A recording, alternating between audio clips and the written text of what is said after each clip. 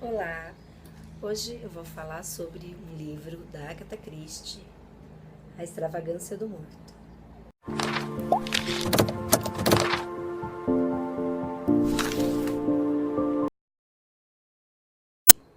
Bom, a história começa com a Ariadne Oliver, que é uma escritora de histórias policiais, e ela liga para Poirot toda desesperada, falando que ela está no interior da Inglaterra, num lugar chamado Mansão Nasce, e ela foi contratada para realizar um caça ao assassino. E ela pede a ajuda do Poirot, que ela acha que ela está sendo manobrada e que vai acontecer um assassinato de verdade por ali. Aí o Poirot vai para a mansão Nasce. Quando ele chega lá na cidadezinha, ele pega a carona com um motorista. Eles estão indo. No meio do caminho, esse motorista resolve dar carona para duas estrangeiras que vão ficar num albergue ali próximo da mansão Nasce. Depois ele chega propriamente na mansão Nasce e aí ele vai conhecer esses personagens, né? Todas as pessoas que estão nessa caça ao assassino. A primeira que ele conhece é a senhora Folliat. Ela é a antiga proprietária da mansão e agora ela mora numa casinha do porteiro. Aí ela conta a sua história de vida. Ela diz que ela perdeu os 2 filhos na guerra. Ela foi obrigada a vender essa casa. O atual proprietário é o George Stubbs. Ele é um homem muito rico, já de uma certa idade, né? E ele é casado com a Hattie Stubbs. Essa Hattie, ela foi criada por um tempo pela Folliat. Ela é muito bonita, mas ela tem um certo retardo mental. Quem mais está lá? A senhora Bravis. Ela é a secretária do George Stubbs. Ela odeia a Hattie.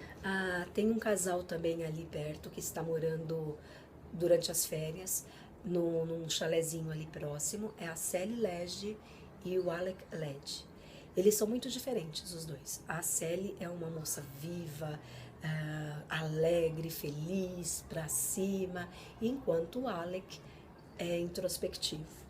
O Michael Wayman, ele é o arquiteto que foi contratado pelo George para construir um pavilhão e reformar a extravagância. Poirot e a Ariadne vão conhecer a casa, vão conhecer a mansão, o território, toda a propriedade, e eles chegam lá na extravagância em si. E aí começa a contar a história dessa extravagância, como que foi feita. Aconteceu já há um ano e pouco atrás, quando o George Stubbs se mudou com a esposa para lá. Foi numa noite de uma tempestade horrorosa e bem no meio ali do bosque caiu uma árvore. E aí, para eles aproveitarem esse espaço que se abriu ali, aquela clareira, eles construíram uma extravagância ali, o que causa um certo... Ninguém entende muito bem porque foi construída justo ali. Ariadne vai explicar o que é essa caça ao assassino. É bem parecido com uma caça ao tesouro mesmo. Ela vai deixar várias pistas pela propriedade e no final, na última pista, vai levar até a moça morta, né, o corpo, que seria a Sally Ledge. Mas aquelas manobras lá que ela diz, que ela não sabe quem foi, que acabou tirando a Sally e entrou uma menina de 14 anos, uma escoteira local ali. Bom, tem uma coisa bem engraçada que acontece, que o George Stubbs fica revoltado, fica muito bravo quando as moças estrangeiras, naquelas lá que o Poirot deu carona, invadem, né, a mansão não, a propriedade, né? Elas para chegar no cais, elas querem cortar caminho pela propriedade. E o George Stubbs manda ela, sai daqui, não pode, vocês não podem, vocês estão invadindo, vocês têm que passar pela rua, não pode cortar caminho. E ele fica mais doido que elas ficam com aquela cara de não tô entendendo nada, o que foi, senhor? Na festa, cada um vai ficar numa posição.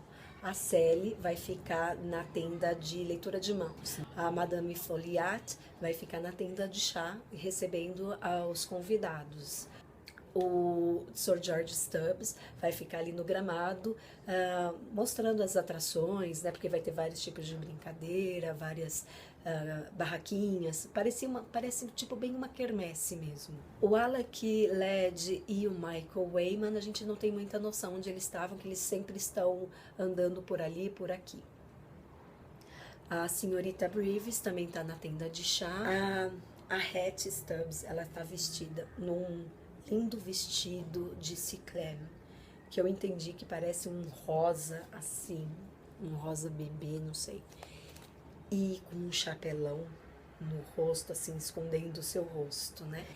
Num determinado momento, a Ariadne e o Poirot começam a andar, né? E falam, vamos ver se alguém chegou lá na pista final e encontrou a Marlene lá no abrigo de barcos.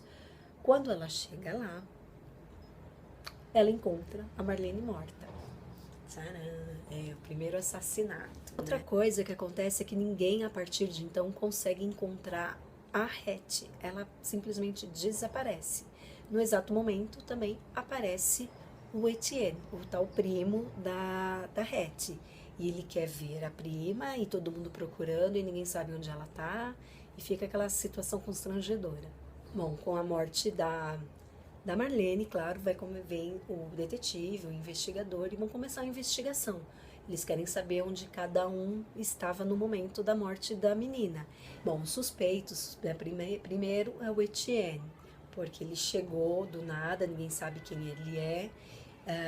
Ele diz que é um primo distante, ninguém conhece, ninguém sabe se ele está falando a verdade ou não. A Sally também, ela disse que estava na tenda do chá, mais ou menos na hora em que a Marlene é morta, mas a Madame Folliard disse que ela não esteve em momento algum na tenda de chá. Outra suspeita é a senhora Breves, porque ela foi levar chá e bolos para Marlene um pouquinho antes dela ser morta. Óbvio. Um pouquinho antes dela ser morta. E ela foi a última pessoa a vê-la com vida. E ela disse que quem falou para ela levar o chá com os bolos foi a Hattie. E todo mundo estranha, porque a Hattie é tão superficial, tão fútil, que ela não pensaria nisso, né? Bom, com todas essas contradições, com todos esses suspeitos, a investigação não anda. Ninguém tem motivo. Depois de um tempo, o Poirot vai visitar a família da Marlene. E assim, quando ele chega na casa da menina, ele começa a conversar com a mãe e com a irmãzinha. Ele acaba descobrindo que a Marlene era uma chantagista. Ele descobre também que o Merdel, aquele lá que trabalhava no cais, morreu afogado. E ele descobre também que esse senhor, o Merdel, ele era avô da Marlene. Ele já estava meio com uma suspeita, então ele liga para o investigador e ele pergunta para o investigador como que era o barco do Etienne, se era um barco pobre ou luxuoso. E o investigador diz que era um barco muito luxuoso. Mais uma dica. Poirot então vai conversar com a Ariadne, e aí eles conversando, ela acaba falando sobre a função do chapéu, né, que agora é esconder o rosto. Com todas essas pistas reveladas, ele, claro, só Poirot, consegue desvendar o mistério. Ele vai até a casa da Madame Folliard conversar com ela, e aí vem a explicação do caso. Se você não quiser saber quem é o assassino, para agora, porque eu vou revelar.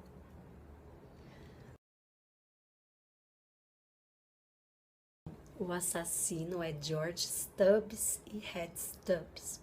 Só que tem uma pequena complicação aí. O George, na verdade, é um dos filhos da Madame Folliard.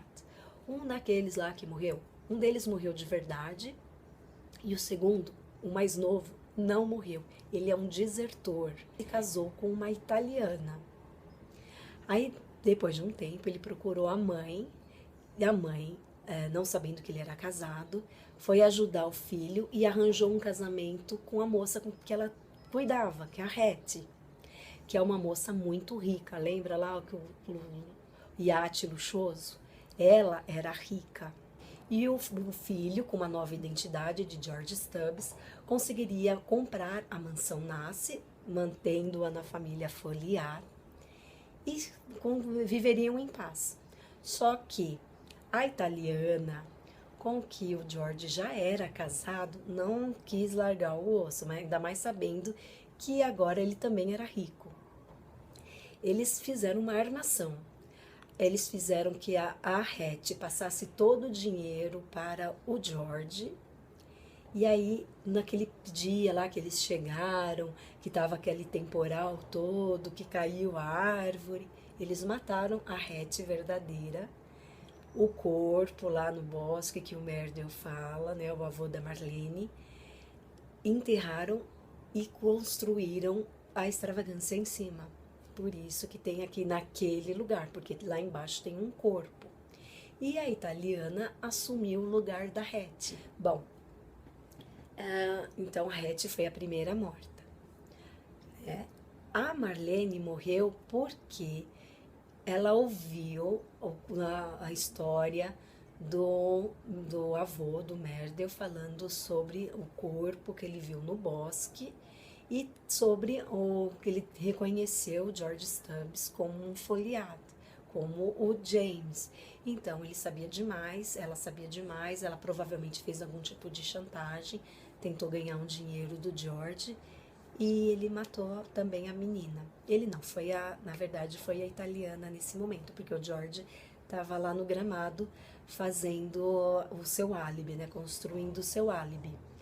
A Hattie Stubbs, né, a falsa Hattie Stubbs, tinha que sumir porque o primo ia chegar.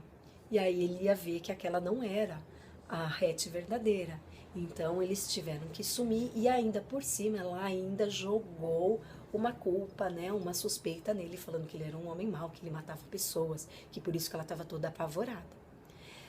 A Hattie sempre usava um chapelão para esconder o rosto, porque depois que ela teve essa ideia de sumir, ela iria, depois de um tempo, ela iria reaparecer e não, né, não perceber que ela e aquela italiana que estava lá no albergue eram a mesma pessoa. Ela ia e vinha, por isso que a senhorita Braves via sempre ela passando, né, ela fugindo, dando aquelas escapulidas. Na verdade, ela estava indo lá pro albergue fazer o seu álibi também, né, que ela ia ter que forjar um álibi para conseguir fugir.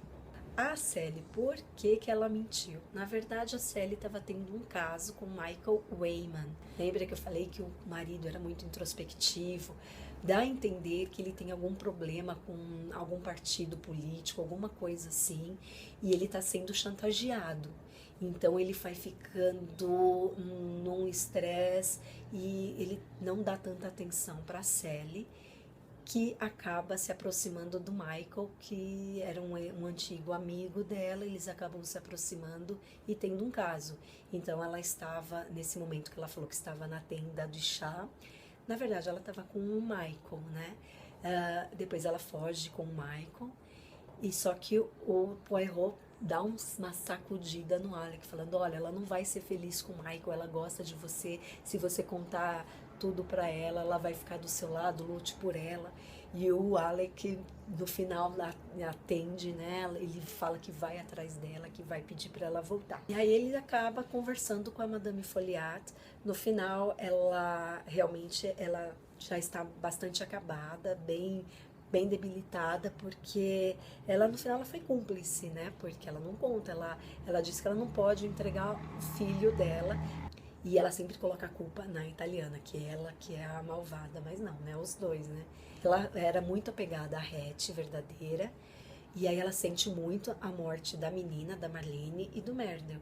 Então, quando o Poirot vai na casa dela no final do livro, ela tá realmente muito abatida.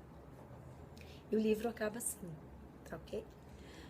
Bom, minhas considerações. Eu acho um livro muito bacana, principalmente por toda essa reviravolta, né?